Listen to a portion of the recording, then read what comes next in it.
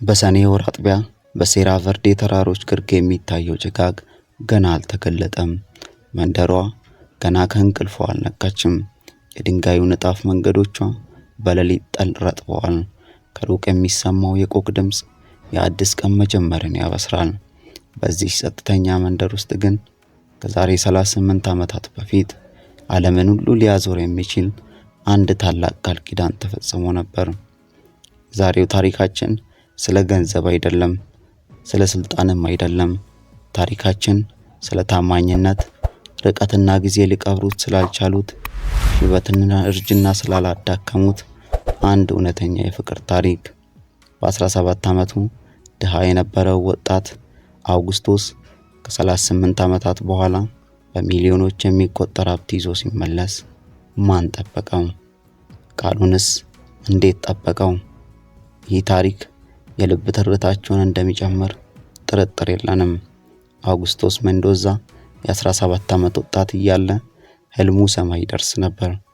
አባቱ ሄሊዮን ጠንካራና ዝምተኛ ሰው ሲሆኑ፣ እናቱ ዶላ ቴሬሳ ደግሞ የቤቱ ብርሃን ነበሩ። እናቱ በአትክልት ስፍራቸው ውስጥ ጽጌረዳዎችን ሲኮተኩቱ ለአውግስቶስ አንድ ትልቅ ትምህርት ያስተምሩት ነበር። ልጄ፣ በህይወት የምትገባው ማንኛውም ነገር መሰረቱ ፍቅር ካልሆነ ንፋስ እንደሚያፈርሰው የአሸዋ ቤት ነው የሚል ነበር። በአንዲት የሰኔ ምሽት በመንደሩ በዓል ላይ አውግስቶስ ሌላ የምትባል ልጅ ይመለከታል። በቀለማት ያሸበረቀ ቀሚሷን ለብሳ ፀጉሯ በትከሻዋ ላይ ወርዶ ሲያያት አለመቆመች መሰለው። በዚያች ምሽት አብረው ይደንሳሉ። ሙዚቃው ቢቆምም ልባቸው መደነስ አላቆመም ነበር። ይሁን እንጂ ድህነትና የአባቱ የሥራ ዝውውር መለያየትን በመካከላቸው ያመጣል። አውግስቶስ ወደ ዋናው ከተማ ሊሄድ ሲነሳ ሌላን ወደ መንደሩ ግድብ ይወስዳታል። እዚያም ለስለስ ባለ ድንጋይ ላይ ተቀምጠው አውግስቶስ አንድ የቆየ ደብዳቤ ይሰጣታል። በውስጡ እንዲህ ይል ነበር: ውዴ ሌላ፣ የትም ብሄድ አንቺ የኔ መዳረሻ ነሽ። ቃል እገባለሁ አንድ ቀን ሀብታም ሆኜ እመለሳለሁ። ያኔ የገባውልሽን ቃል ሁሉ እፈጽማለሁ። ያ ደብዳቤ በሰማያዊ ሪባን ታስሮ በሌላ እጅ ላይ አረፈ። አውግስቶስ ወደ አዲሱ ከተማ ሲሄድ ነገሮች እንደጠበቃቸው አልነበሩም።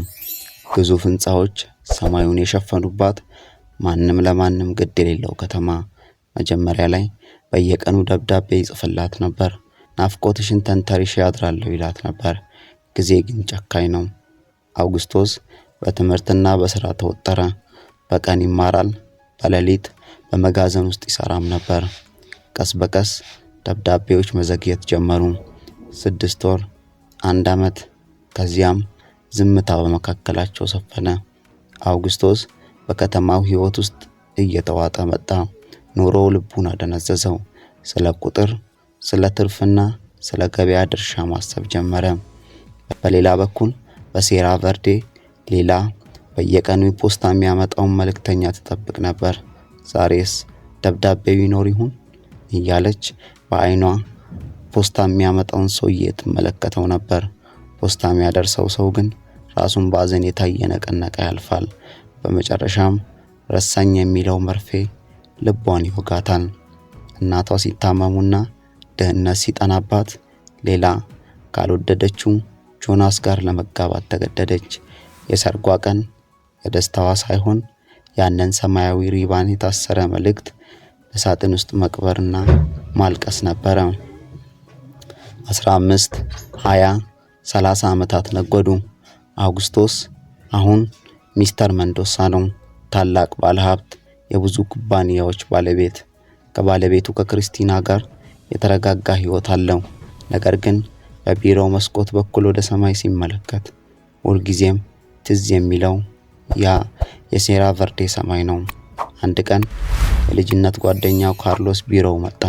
ስለ ሴራ ቨርዴ ሲያወራ አውግስቶስ ድፍረቱን አሰባስቦ ጠየቀ: ሌላስ እንዴት ናት?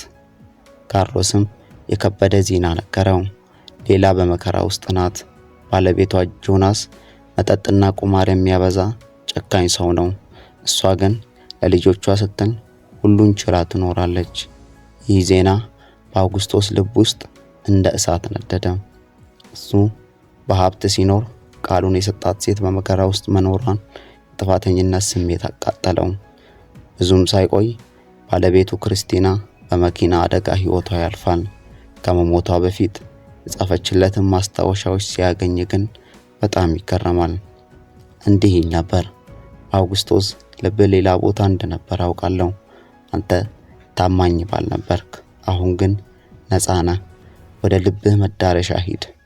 ይህ ቃል ለአውግስጦስ የመጨረሻው ጥሪ ነበር። 38 ዓመታት በኋላ አውግስጦስ ሻንጣውን አዘጋጀ። ሽበቱ በስቷል። ፊቱ ላይ የዕድሜ መስመሮች ይታያሉ። መኪናውን ወደ ሴራ ቨርዴ አበረረው። 240 ኪሎ ሜትሮችን እያንዳንዱ ሜትር ለ38 ዓመታት የተሰበሰበው ናፍቆት ይታይበት ነበር። መንደሩ እንደ ድሮዋ ናት። ቤተክርስቲያኑ፣ መንገዱ። አውግስጦስ ወደ ሌላ ቤት አመራ። ቤቱ አርጅቷል። ቀለሙ ጠፍቷል። በረንዳው ላይ አንዲት ጸጉሯ የሸበተ ሴት ተቀምጣለች። ሌላ አላት። ድምፁ ተንቀጠቀጠ። እሷ ቀና ስትል በመጀመሪያም አላመነችም ነበር። አውግስጦስ አለችው በሹክታ።